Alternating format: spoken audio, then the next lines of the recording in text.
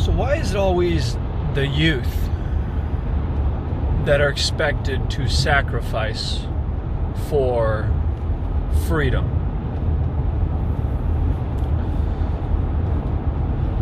You know, the risk factor, if you're 0 to 30, is almost zero, guys.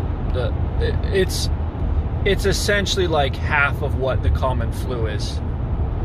It's nothing. It's nominal. It's actually more dangerous to drive, more dangerous to ride your bicycle than it is to get COVID if you're between like 0 and 30. And it goes up from there. And even the elderly outside of states like New York and well, pretty much New York, go to any other state, even the elderly don't really die from this unless they're already past the age of mortality. Very similar to the flu. And there's debate on whether or not 70 and 80-year-olds, 90-year-olds, whether this has a higher death rate than the common flu. Some would say it does, some would say it doesn't. It's certainly not astronomically higher than the common flu. And then the 40s to 50s, they usually do just fine with COVID. So what's interesting to me is a lot of these old bastards that are running our city assemblies, that are mayors, that are congressmen, senators, they're in their 50s, 60s, 70s, some of them even a little older. But how long in their lifetime have they been telling the youth that it's necessary to fight these ridiculous wars for so-called freedom, where, you know, the sacrifice that we're expected to give, us youngins, when we go overseas to fight for freedom, the sacrifice is we spill our guts into the sand. Intestines on the floor, guys. Brain matter all over our buddies' faces. That's the consequence. I mean, you get limbs blown off. You literally lose limbs. You give up years and years of potential time with a wife, potential time with your children. All that gone. You never get it back. For what? For freedom. And these old cowards, after sending the youth to die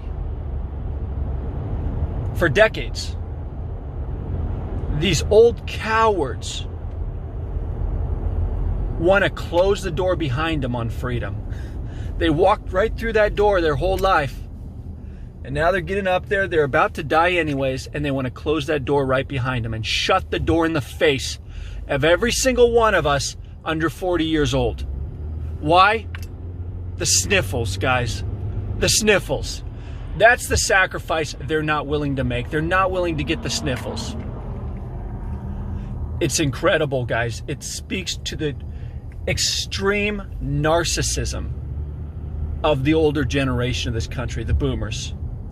They are truly disappointing. Truly disappointing. If we let them run this ship into the ground, guys, freedom will be gone for us, for our children, and our children's children. For me, guys, this isn't really about me. I have young kids. I got 4 of them. I'm not going to let them do this to my children's future. A lot of these people have lived a good 70, 80 years with their rights. And they want to shut the door in the face of my 5-year-olds, my 6-year-olds, my 7-year-old, my 9-year-old. I'm not going to let them do that. These liberties were bought with blood by young people who had 30, 40 years ahead of them, and they sacrificed their lives. And now you got these people, they're at the end of the road, and they don't want to give anything for freedom. It's not even the flu for most people, guys. Not even the flu. Think about it. Think about what you're going to do about all this. And there's going to be opportunities, guys. We're working on solutions, and there's going to be opportunities for you guys to help. We're going to put that out there. And I know a lot of you, you're getting sick of listening to people bitch and complain about the problems, and you're just desperate for somebody to do something. Well, we're doing something. And not only are we going to do something, we're going to be effective. We're going to win. We're going to be successful. It takes a little time to put the gears in motion, but once they're in motion, you guys will have an action-based system that you can utilize to pretty much get your freedoms back, okay? Now, you're going to have to work at it. You're going to have to do something, okay? We're going to make it easy for you. We're going to make it very simple. But the cost of freedom is eternal vigilance. So, you got to do a little something. You can't sit on your hands. It's going to be easy, it's going to be simple, but it's not free. Keep that in mind.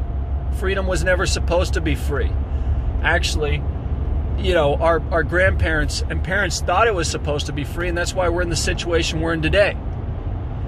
Another lie that they bought into is that, oh, fighting for freedom, that's the military's job. The military fights for your freedom.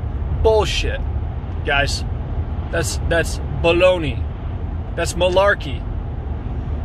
The military doesn't fight for your freedom. You have to do it.